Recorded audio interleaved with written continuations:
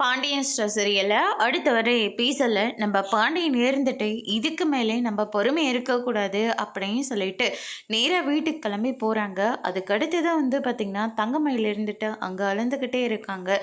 என்னங்க ஆச்சு, வந்ததுலேருந்து வளர்ந்துக்கிட்டே இருக்கா, எதுவுமே சொல்லவே இல்லை, அப்படி என்னதாங்க ஆச்சு அப்படின்னு சொல்லிட்டு கோமதி கேட்கவும் மயிலோட அப்பா கடைக்கு வந்திருக்காரு. ஆனால் இதோ நிற்கிறானே இவன் அவரை அவமானப்படுத்தி கடையை விட்டு விரட்டி அடிச்சிருக்கான்.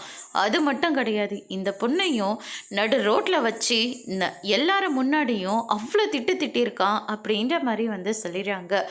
கேட்க போன என்னவே நீங்கள் இந்த விஷயத்தில் தலையிடாதீங்க, என்னை மட்டும்தான் நீங்கள் கண்ட்ரோல் பண்ண முடியும், யாரையும் உங்களால் எதுவும் சொல்ல முடியாது அப்படின்ற மாதிரி சொல்கிறான்.